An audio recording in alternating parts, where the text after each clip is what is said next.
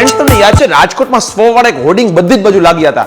રાજકોટ એટલે પણ સૌરાષ્ટ્રભરમાં લાગેલા હતા. થોડાક સમય પછી આપણને ક્લિયર થયું કે સર્વસ્વ હાથી મસાલાની એક માર્કેટિંગ એડ હતી. ત્યારથી મારું પ્લાનિંગ હતું કે ભાઈ આપણે એક્સપ્લોર કરીએ રાજકોટનું હાથી મસાલાનું બ્રાન્ડ સ્ટોર. મિત્રો, રાજકોટનું હાથી મસાલા કે જે રાજકોટ અને દુનિયાભરને છેલ્લા 70 વર્ષથી મસાલાનો સ્વાદ ચખાડતું રહ્યું છે. હું આજે આવી છું રાજકોટના હાથી મસાલાના બ્રાન્ડ સ્ટોરને એક્સપ્લોર કરવા માટે અને એ બધી જ માહિતી આપું કે તમે પણ જો અહીંથી મસાલાની ખરીદી કરવા માટે આવો છો તો અહીંયાની શું ખાસિયત ને વિશેષતા છે, કઈ રીતે માર્કેટમાં મળતા બીજા મસાલા કરતા હાથી મસાલા કંઈક અલગ છે.